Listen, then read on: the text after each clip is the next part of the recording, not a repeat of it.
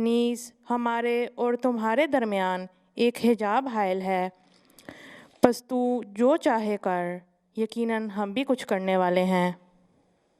تو کہہ دے میں محض تمہاری طرح کا ایک بشر ہوں، میری طرف وحی کی جاتی ہے کہ تمہارا معبود صرف ایک معبود ہے، پس اس کے حضور ثبات قدم کے ساتھ کھڑے ہو جاؤ اور اس سے بخشش مانگو، اور ہلاکت ہو شرک کرنے والوں کے لیے جو زکوٰۃ نہیں دیتے، اور وہی ہیں جو آخرت کا انکار کرنے والے ہیں۔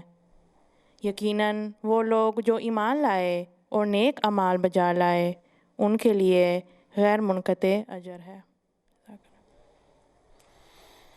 اچھا، ناریہ زبیر۔ السلام علیکم پیارے حضور۔ اللہم صلی علی محمد وعلی آل محمد کما صلیت علی ابراہیم وعلی آل ابراہیم انک حمید مجید۔ اللہم بارک علی محمد وعلی آل محمد کما بارکت علی ابراہیم وعلی آل ابراہیم انک حمید مجید۔ عن عثمان بن عفان رضی اللہ عنہ قال قال رسول اللہ صلی اللہ علیہ وسلم خیرکم من تعلم القرآن وعلمہ۔ جزاک اللہ۔ کمل سمن۔ السلام علیکم پیارے حضور۔ ترجمہ حدیث۔ حضرت عثمان بن عفان رضی اللہ عنہ بیان کرتے ہیں کہ حضرت صلی اللہ علیہ وسلم نے فرمایا، تم میں سے بہتر وہ ہے جو قرآن کریم سیکھے اور دوسروں کو سکھائے۔ صحیح بخاری۔ جزاک اللہ۔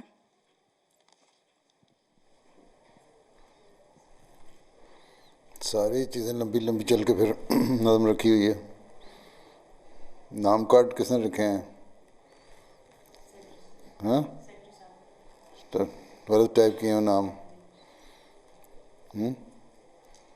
تمہارا نام سین سے ہے، سواد سے لکھا ہوا ہے۔ اس کا نام سامیہ ہے کہ سامیہ ہے؟ یہ این سے نہیں ہے؟ سامیہ ہے؟ اچھا، وہ ٹھیک ہے، تو یہ ہم تو سو غلط ہے۔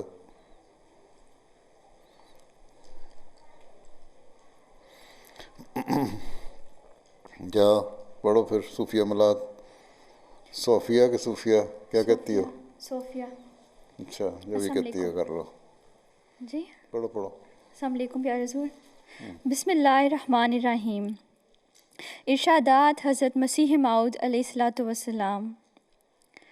یہ زبان نہ صرف ام الالسنہ ہے بلکہ الہی زبان ہے جو خدا تعالیٰ کے خاص ارادہ اور الہام سے پہلے انسان کو سکھائی گئی اور کسی انسان کی ایجاد نہیں، اور پھر اس بات کا نتیجہ کہ تمام زبانوں میں سے الہامی زبان صرف عربی ہی ہے، یہ ماننا پڑتا ہے کہ خدا تعالیٰ کی اکمل اور اتم وحی نازل ہونے کے لیے صرف عربی زبان ہی مناسبت رکھتی ہے، کیونکہ یہ نہایت ضروری ہے کہ کتاب الہی جو تمام قوموں کی ہدایت کے لیے آئی ہے وہ الہامی زبان میں ہی نازل ہو، اور ایسی زبان میں ہو جو ام الالسنہ ہو، تا اس کو ہر یک زبان اور اہل زبان سے ایک فطری مناسبت ہو، اور تا وہ الہامی زبان ہونے کی وجہ سے وہ برکات اپنے اندر رکھتی ہو جو ان چیزوں میں ہوتی ہیں جو خدا تعالیٰ کے مبارک ہاتھ سے نکلتی ہیں۔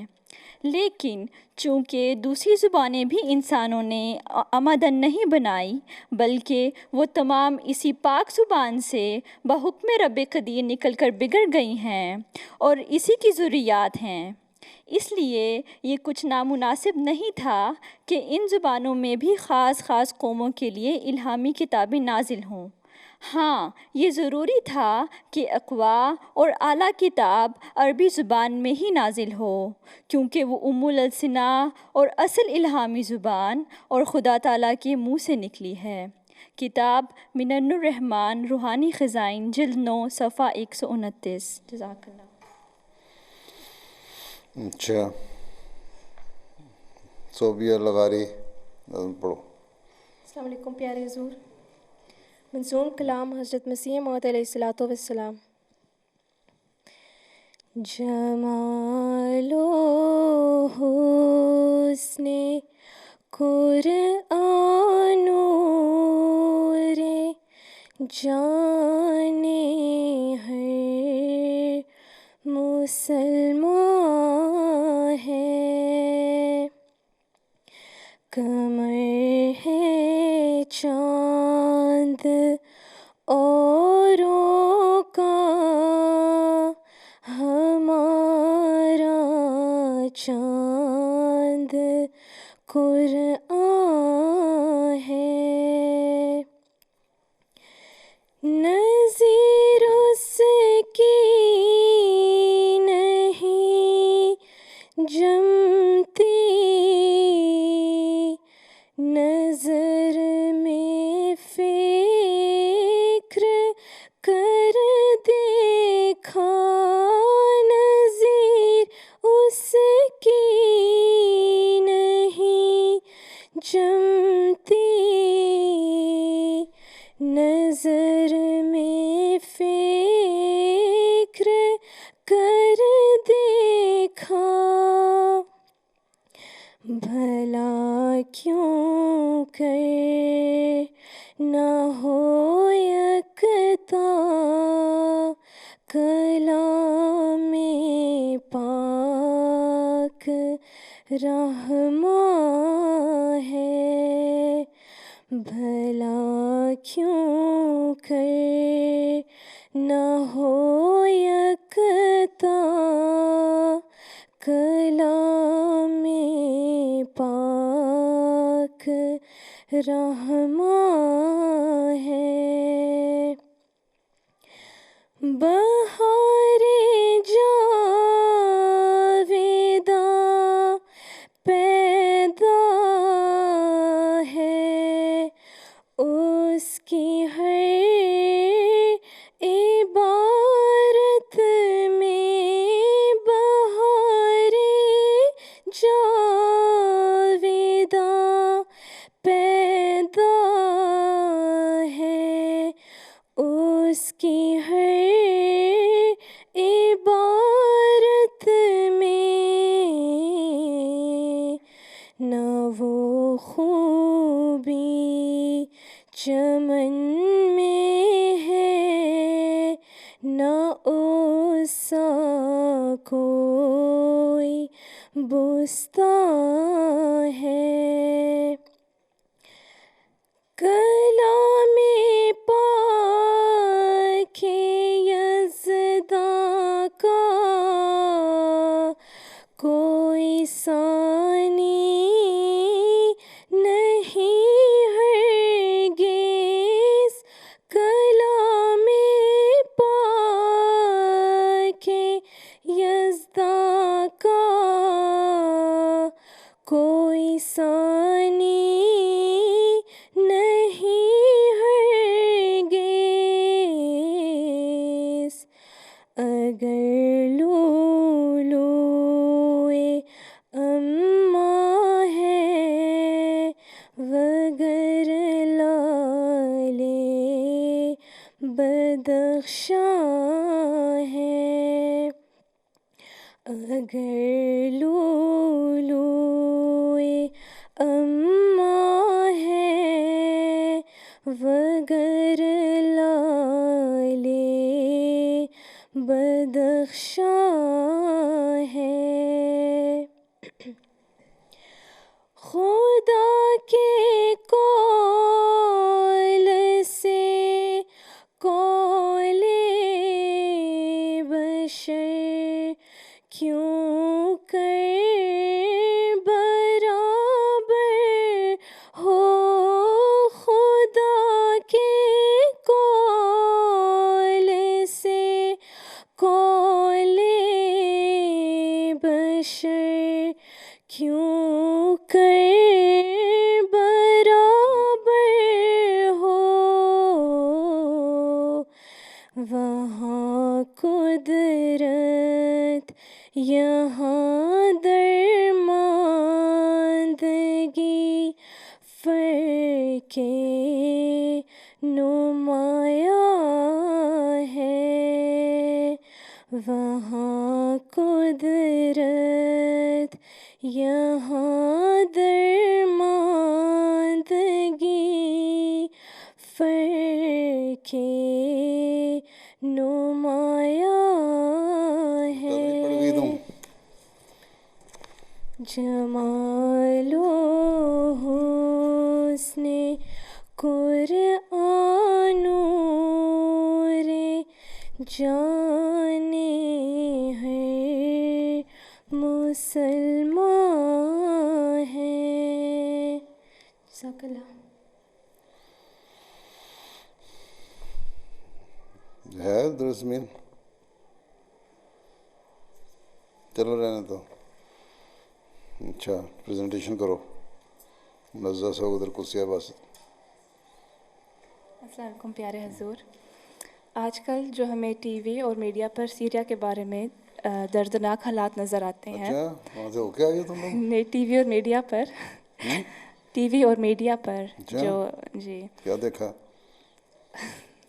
مطلب کہ ریفیوجیز جو مشکلات مطلب مشکل حالت میں یہاں تک آتے ہیں یورپ میں. کچھ دیا ان کو؟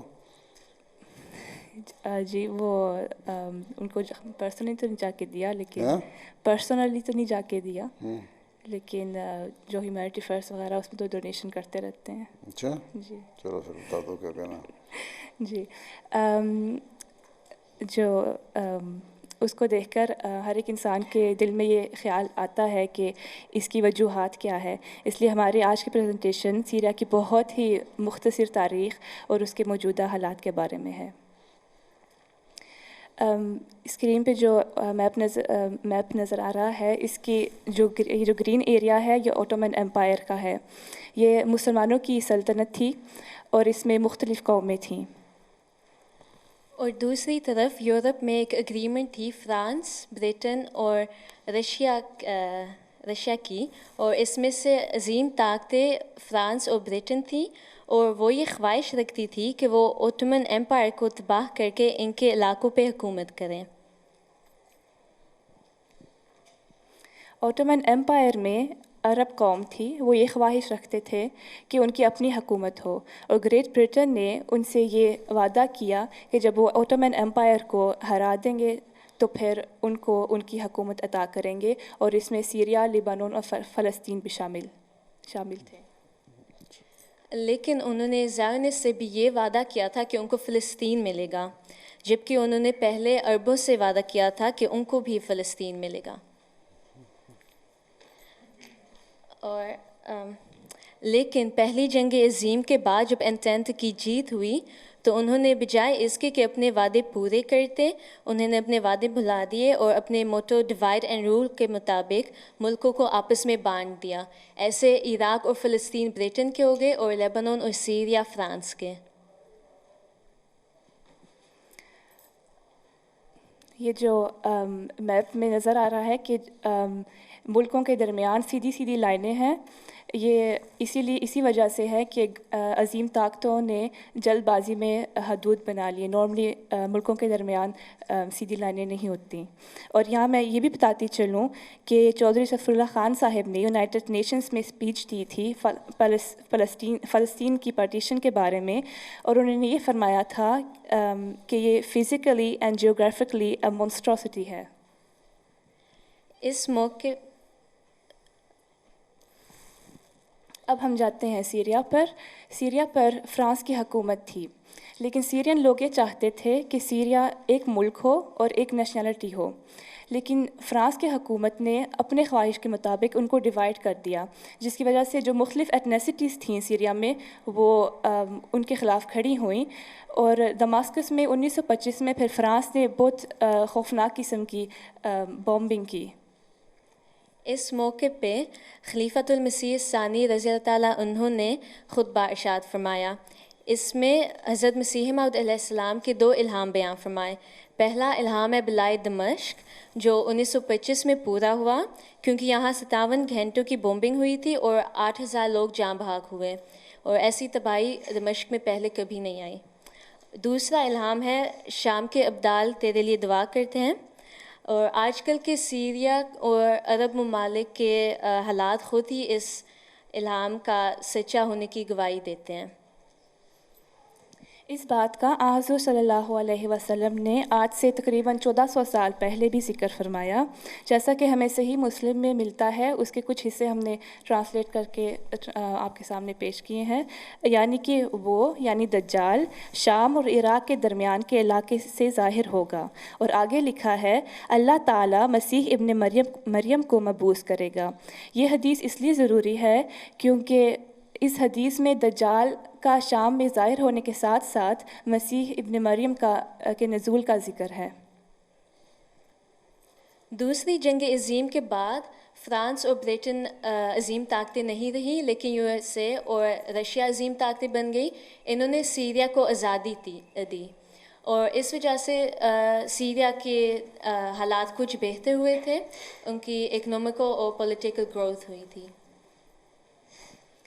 2011 میں جو عرب ممالک میں انقلابی لہر آیا جس کو انگلش میں عرب سپرنگ کہتے ہیں، اس کا اثر سیریا میں بھی ہوا تھا. ادھر یہ ہوا کہ عوام حکومت سے لڑ پڑی اور حکومت عوام سے، اور کچھ باہر کی عظیم طاقتوں نے عوام کو ہتھیار دے کر اور حکومت کے خلاف بھڑکایا، اور کچھ اور عظیم طاقتوں نے حکومت کو ہتھیار دے کر عوام سے لڑایا. اور اس کی وجہ سے ٹیررسٹ گروپس کو آزادی مل گئی کہ جو چاہیں کریں. اس کا یہ نتیجہ نکلا کہ ملک کے معصوم لوگ اس آن گوئنگ سول وار کا شکار بن رہے ہیں. حضور 4 سال پہلے جو سیریا میں ہوا تھا وہ سیریا میں ہی تھا. اب ایسے لگ رہا ہے کہ جو سیریا کے پرابلمس ہیں وہ پوری دنیا کے پرابلمس بن رہے ہیں، کیونکہ کافی زیادہ ریفیوجیز یورپ میں آ رہے ہیں. اور آپ نے جیسے ڈچ پارلیمنٹ میں فرمایا تھا کہ ہر 50 ریفیوجیز کے ساتھ ایک ٹیررسٹ بھی آ رہا ہے، تو اس کا یورپ پہ کیا افیکٹ ہوگا؟ پیش تم نہ کرنا، پوچھ رہی ہو کیا ہوگا. ایک آئیسس ممبر نے کہا تھا لیٹس ویٹ اینڈ سی، اس میں تو بہت کچھ ہوگا.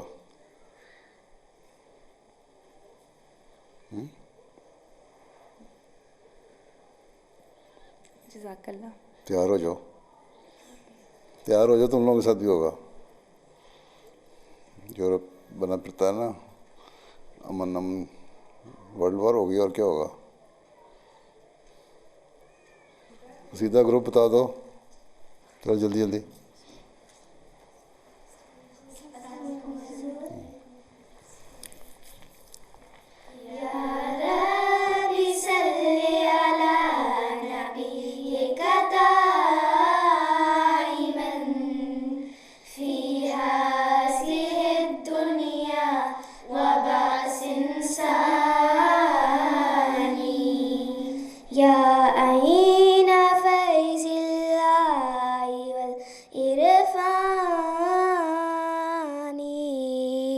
يسعى إليك الخلق كزماني يا بهار فضل المنعم المناني تهوي إليك زمار بالكيزان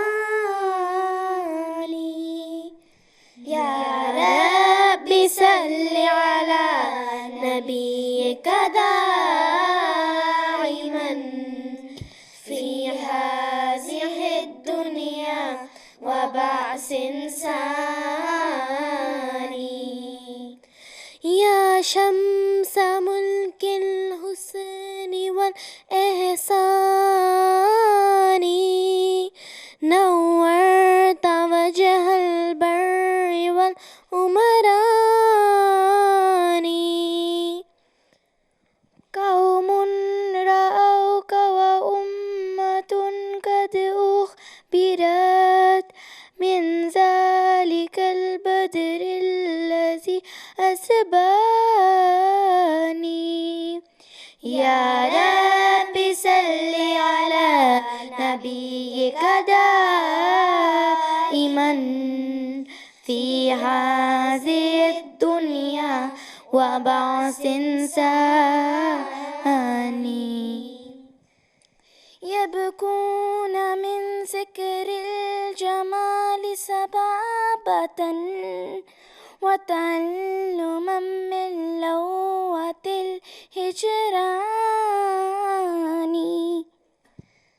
وأرى القلوب لدى الحناجر كربة وأرى الغروب تسيلها العينان يا رب صل على نبيك دائما في هذه الدنيا وبأس ثاني يا رب صل على نبيك دائما في هذه الدنيا وبأس ثاني في هذه الدنيا وبأس ثاني. ہاں جی پریزنٹیشن احمد خلود اور کیا نتاشا وجیحہ طارق. السلام علیکم پیارے حضور. ہماری پریزنٹیشن کا ٹاپک ہے دوسری زبانیں اور کیوں ہم وقفات ناؤ کو سیکھنی پڑنی. پہلے تو ہم قرآن میں دیکھتے ہیں کہ کیا لکھا ہوا ہے. سورۃ الروم آیت 23 میں لکھا ہے And among his signs is the creation of the heaven and the earth and the diversity of your tongues and colors. In that surely are signs for those who possess knowledge. کیونکہ ہم وقف نہ آئے ہمارا فرض ہے کہ ہم اپنی تعلیم کو بڑھائیں اور جب ہم یہ کریں گے زبانیں سیکھنے سے تو پھر یہ جماعت کی انشاءاللہ بہت فائدہ دیں گی.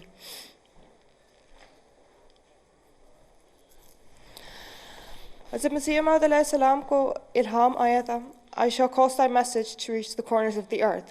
ہم نے ابھی ہم نے قرآن میں یہ پڑھا ہے کہ کافی ڈائیورسٹی ہے دنیا کی زبانوں میں اور اگر ہم اس پروفیسی کو فلفل کرنا چاہتے ہیں تو پھر ضروری ہے کہ ہم یہ زبانیں کو سیکھیں اور ماسٹر بھی کریں. کیا کریں؟ ماسٹر کریں کہ سیکھیں.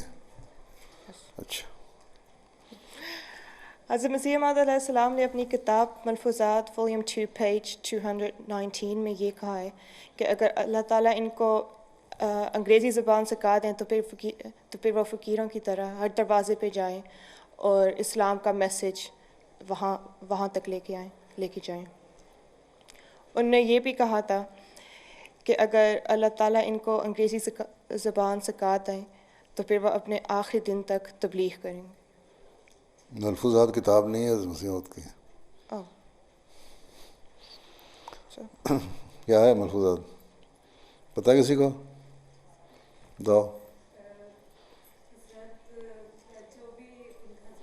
حضرت مسیح علیہ السلام جب بیٹھتے تھے مجلس میں جو باتیں ہوتی تھیں نا تو جو ایڈیٹر تھے نا اخبار کے وہ نوٹ کرتے جاتے تھے باتیں وہ اپنے اخبار میں البدر میں اور الحکم میں شائع کرتے تھے. یا بعض تقریریں ہیں حضرت مسیح علیہ السلام کی ان کو نوٹ کرتے تھے دوسروں نے نوٹ کرتے تھے وہ اور اخبار میں دیتے تھے. اس کے بعد اس کی جو ساری کلیکشن تھی نا جو ساری اخباروں سے لے کے نا اکٹھی کتابوں میں رکھی ہوئی ہے. چلو. حضرت مسیح موعود علیہ السلام نے ازالہ عمان پیج 516 میں اپنے ایک خواب کے بارے میں بتایا تھا اور اس خواب میں وہ لندن میں ہے اور ایک ڈائس پہ ایک تقریر دے رہے ہیں انگریزی میں اور اس تقریر کے ساتھ وہ اسلام کی سچائی کو پروف کر رہے ہیں. انہوں نے یہ بھی ڈریم کیا اسی خواب میں کہ ایک چھوٹا سا کہ چھوٹے سے سفید رنگ کے چڑیاں آ رہی ہیں ان کی آواز سن کے.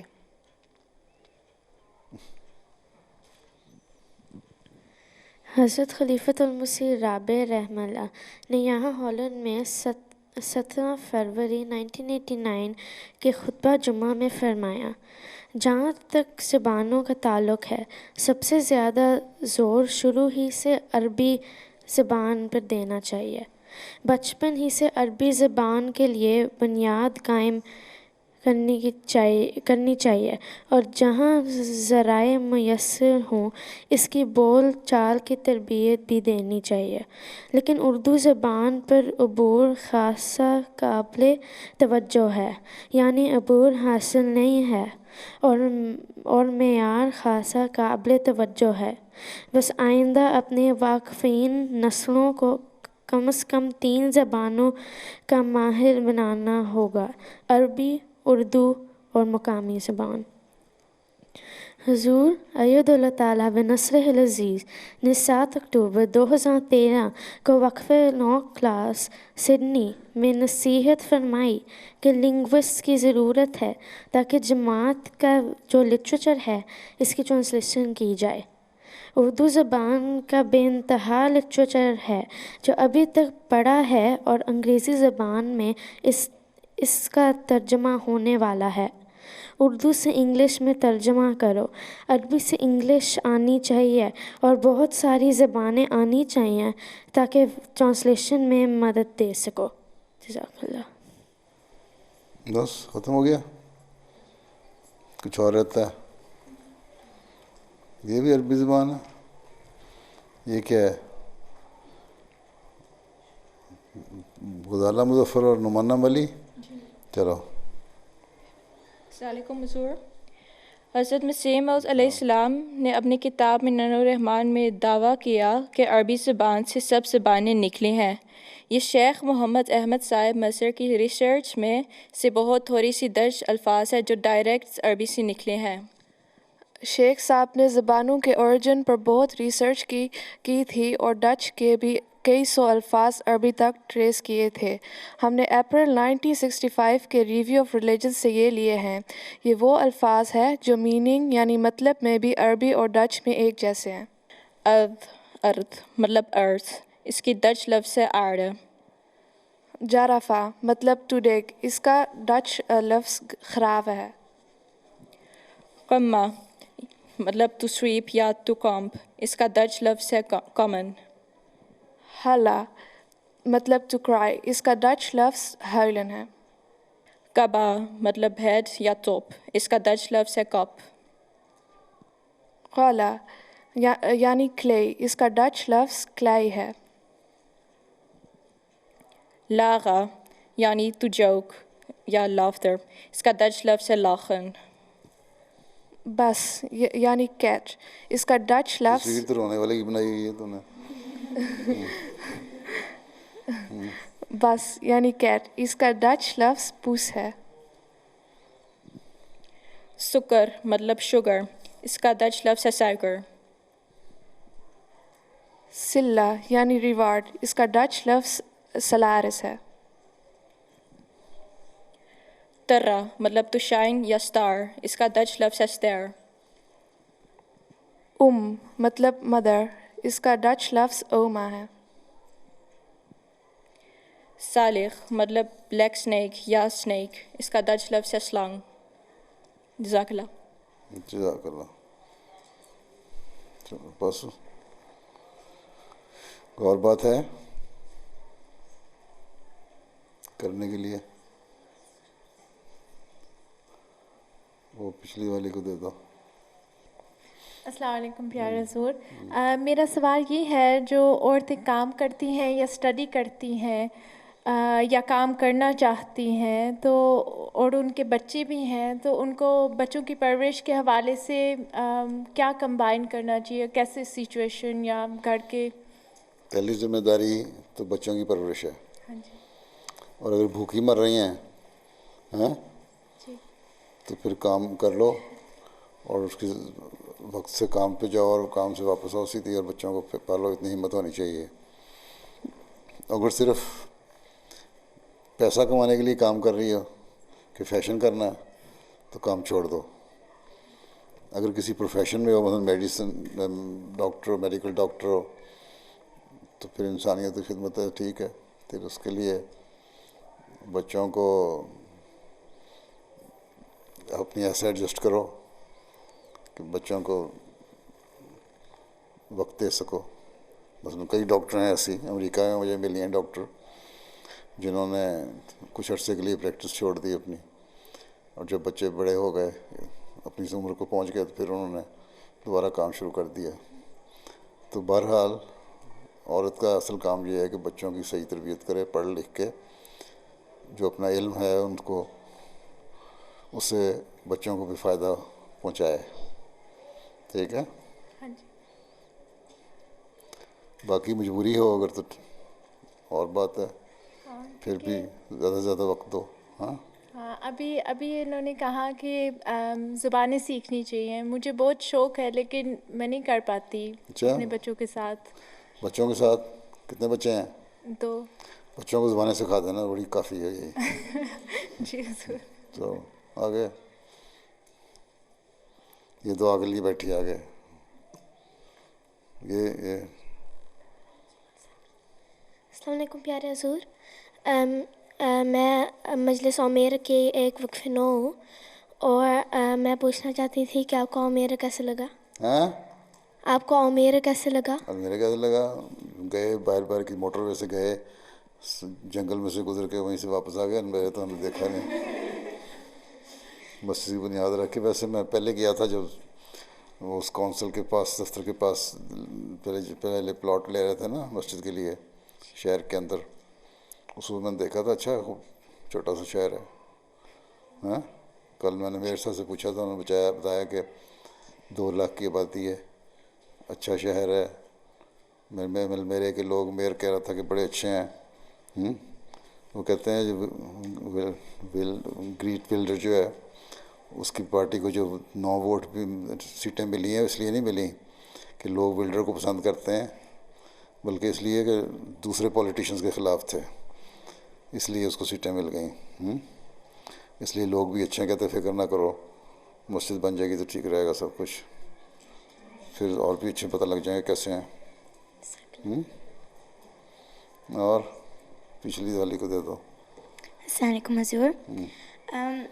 Can you give some advice to all the Waqf from Holland on doing tabligh? Advice how to do tabligh? Yeah. Are you from Suriname? No, I'm from Bangladesh. Bangladesh. Acha. You should have your personal contact with your fellow students or friends, and tell them who are you. When they come to know that you are an Ahmadi girl, that they should see the difference between an Ahmadi Muslim girl and other Muslims, or even any other girl of your age.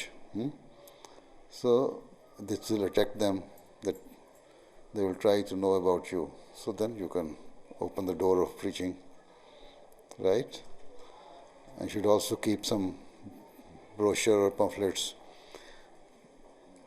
When you are in school, I think they will never allow you to take these pamphlets to the school, So otherwise you can just give after that to your friends. This is our peace pamphlet, how we spread peace and love. Instead of doing tabligh directly, you should give them some pamphlets about peace and love and harmony and what we are going, some other charity work we are doing in the world, all over the world, or especially in African countries. So that will bring them close to you. When they come too close to you, then again open the door of preaching. ٹھیک ہے. السلام علیکم. میرا سوال ہے کہ اگر ملک کے قانون اسلام کے قانون کے خلاف ہے، میرا سوال ہے کہ اگر ملک کے قانون اسلام کے قانون کے خلاف ہیں تو ہمیں کیا کرنا چاہیے؟ ملک کا قانون اگر مذہب کے خلاف ہے تو مذہب کے پریکٹس سے روکتا ہے، ٹھیک ہے، اور سختی سے روکتا ہے. کوئی ایسا یہاں ویسٹرن سوسائٹی میں ملک کے قانون بعض ایسے ہیں جو اب اس نئے زمانے میں غلط قسم کے قانون بنا دیے انہوں نے. ادروائز تو پاکستان میں بھی قانون احمدیوں کے خلاف ہے نا. وہ کہتے ہیں تم نماز نہ پڑھو, تم کلمہ نہ پڑھو, تم اپنے آپ کو مسلمان نہ کہو. لیکن احمدی وہاں رہتے بھی ہیں, نمازیں بھی پڑھتے ہیں, کلمہ بھی پڑھتے ہیں, مسلمان بھی کہتے ہیں. سزا ملتی ہے. جو قانون تمہارے ملک تمہارے مذہب سے زبردستی روکتا ہے اس کو تم نے اس کا ریئیکشن نہیں دکھانا ہے, ایسا شدید جواب نہیں دینا کہ تم لوگوں کو مار دھاڑ شروع کر دو, لیکن اپنے کام کیے جاؤ جو مذہب تمہیں کہتا ہے. لیکن اگر یہاں تمہاری قانون سے مراد کس قسم کا قانون ہے جو ٹکراتا ہے مذہب کے خلاف؟ ہالینڈ میں ہے کوئی قانون ایسے کا تو ہاں ایسے کا تو کوئی قانون نہیں ہے. لیکن نہیں ہے کہ نہیں ہے تو سوال کیوں ہے؟ اور اگر تمہیں مذہب سے روکتا ہے, تمہیں مثلا قانون نمازیں پڑھنے سے روکتا ہے تم نمازیں پڑھو, تمہیں کلمہ پڑھنے سے روکتا ہے تم کلمہ پڑھو, کہ مذہب میں دخل نہیں ہونا چاہیے کسی کو. اور اگر اتنا سخت قانون ہے کہ تمہیں کہیں کہ تمہیں جیل دے دیں گے اور تم نے اگر نمازیں پڑھیں تو اس ملک کو چھوڑ دو. اس لیے تم لوگ پاکستان چھوڑ کے یہاں آئے ہوئے ہیں نا بہت سارے. پیچھے دے دو. السلام علیکم حضور, میرا نام بشرا زبیر اور میرا سوال یہ ہے کہ جو عید کی نماز میں تکبیریں ہوتی ہیں ان کی کیا حکمت ہے؟ جی جو عید کی نماز میں تکبیریں ہوتی ہیں ان کی کیا حکمت ہے؟ کیا ہوتی ہے؟ کیا ہوتی ہیں عید کی نماز میں؟ پھر کیا کریں اس کو؟ کیا حکمت ہے؟ جی ایک تو پہلی بات یہ ہے جس طرح حضرت صلی اللہ علیہ وسلم نے ہمیں کر کے دکھایا ہم نے کرنا ہے. دوسری یہ ہے کہ ان دنوں میں ایک اللہ تعالیٰ کی بڑائی کو زیادہ سے زیادہ بیان کرو, اس لیے اللہ اکبر کہتے ہیں نا, ٹھیک ہے, 7 دفعہ اور 5 دفعہ دوسری رکعت میں, ٹھیک. تو سب سے بڑی وجہ تو یہی ہے کہ اس خوشی کے موقع پر اللہ تعالیٰ کو یاد رکھو اور اس کی بڑائی بیان کرو.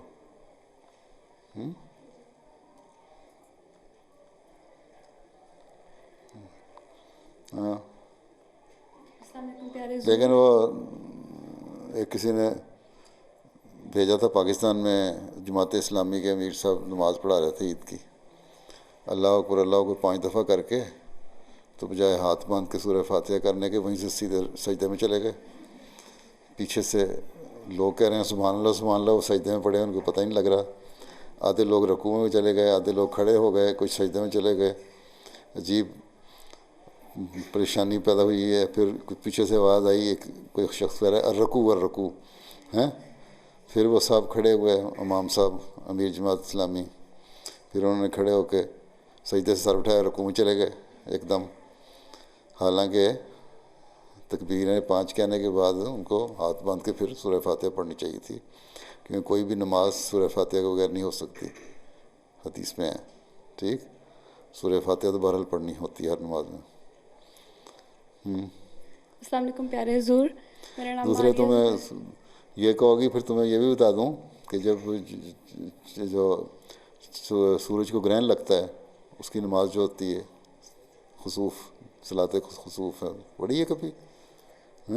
اس میں اللہ یہ تو ایک ہوتا ہے کہ رکوع 2 ہوتے ہیں, ایک نیت, پہلے کھڑے ہو سورہ فاتحہ پڑھو, سورت پڑھو کوئی, پھر رکوع میں جاؤ, پھر کھڑے ہو, پھر سورہ فاتحہ پڑھو, پھر کوئی سورت پڑھو, پھر رکوع میں جاؤ, پھر سمع اللہ کرو, پھر سجدے میں جاؤ. یہی وہ بھی یہی ہے کہ اللہ تعالیٰ کے آگے جھکنے کا اظہار ہے ایسی حالات میں جب چاند گرہن لگ رہا ہو. اسی طرح حضرت صلی اللہ علیہ وسلم نے ہمیں پڑھ کے سکھایا. ہاں حضور, میرا سوال تھا کہ جب آپ کوئی اینٹ رکھتے ہیں مسجد میں, جب سنگ بنیاد رکھتے ہیں, تو اس اینٹ کی کوئی خاص جگہ ہوتی ہے مسجد میں یا وہ ویسے ہی؟ کیا جو آپ اینٹ رکھتے ہیں مسجد میں سنگ بنیاد کے وقت, تو اس کی اینٹ کی کوئی خاص جگہ ہوتی ہے مسجد میں؟ ہونی تو چاہیے. اب تمہارے لوگ رکھتے ہیں کہ نہیں رکھتے ہیں, عموماً تو جو محراب ہوتی ہے اس میں رکھی جاتی ہے، اور محراب میں ہی رکھنی چاہیے، اگر مجبوری ہو تو سائڈ پہ بھی رکھی جا سکتی ہے۔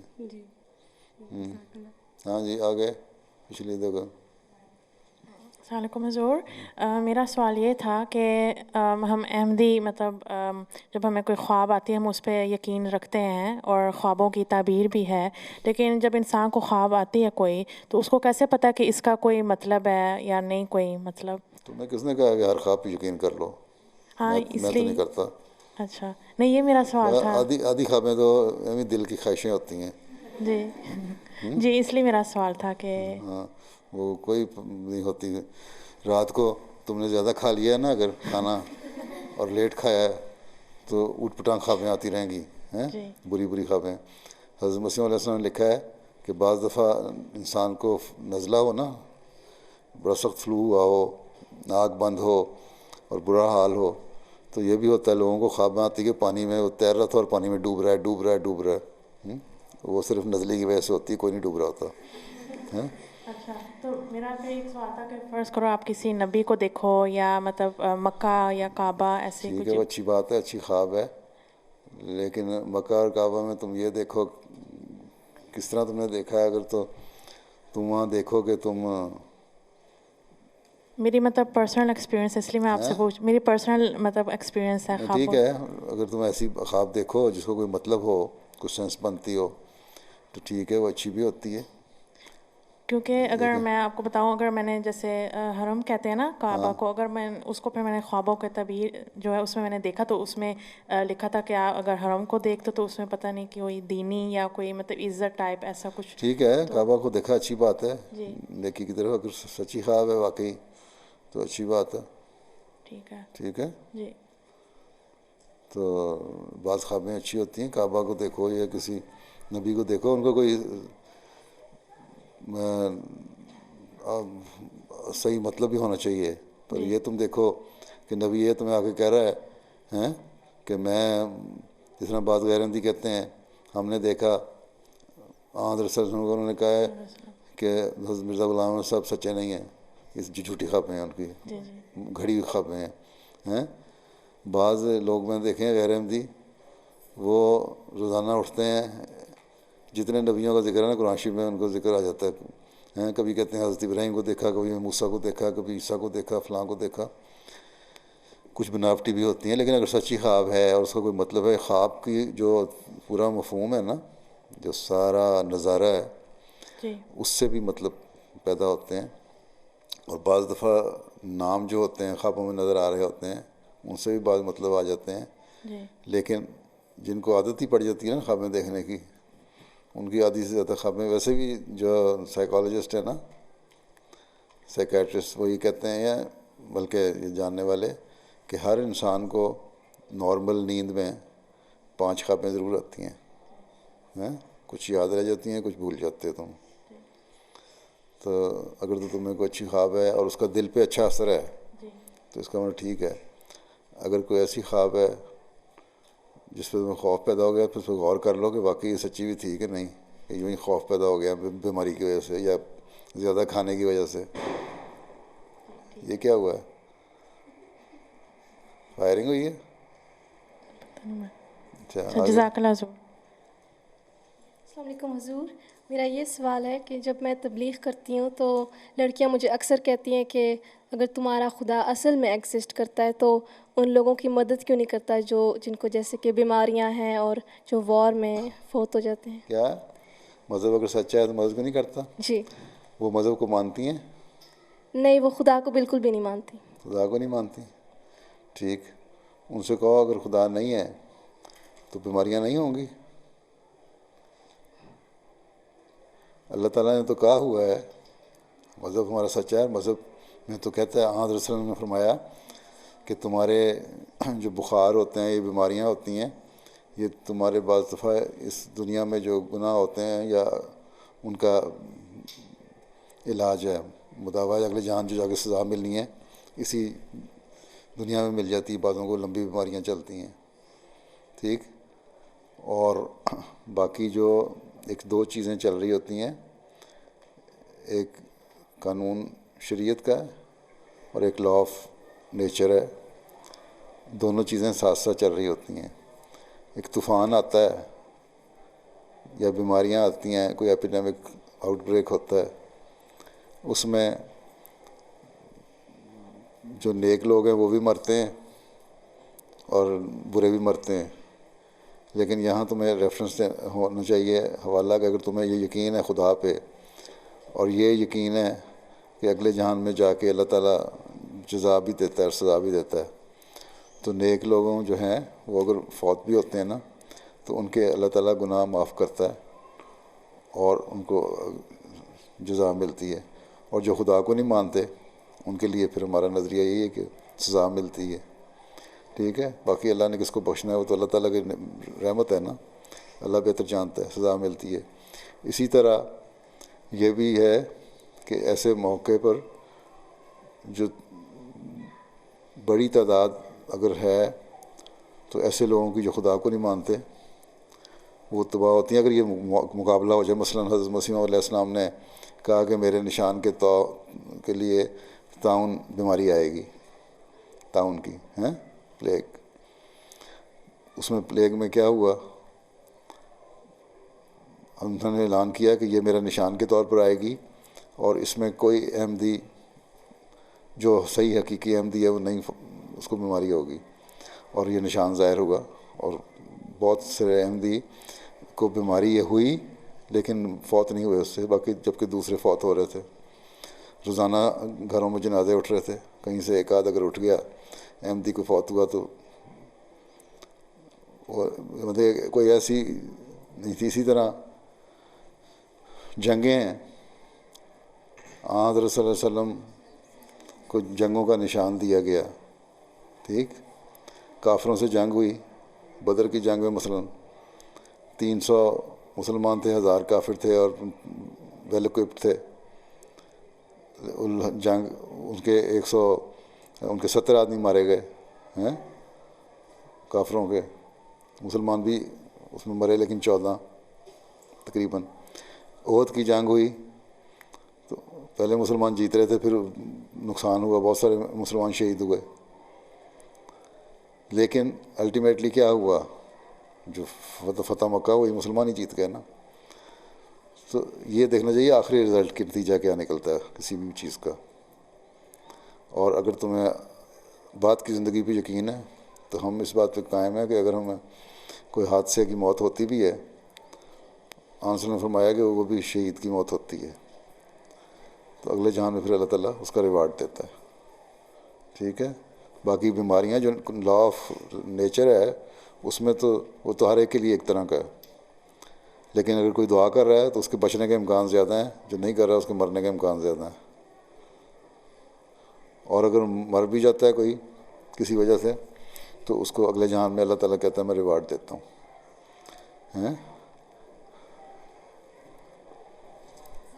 یہ اس ریفرنس کی بات ہے نا, اپنا تمہاری تم اگر مانتی نہیں اگلے جہان کو تو اس کو کیا سمجھاؤ گی. یہ تو تمہیں سمجھ آ سکتی ہے جو اگلے جہان کو مانتا ہو. کہنا پھر جب اگلے جہان میں جائیں گے وہاں ہم ملیں گے, پھر بتائیں گے کیا ہوتا ہے.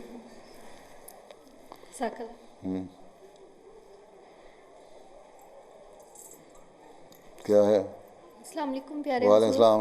آخری سوال ہے. میرا سوال ہے کہ آپ کو قرآن مجید کی کون سی سورت سب سے زیادہ پسند ہے؟ قرآن کریم سے ساری پسند ہونا چاہیے.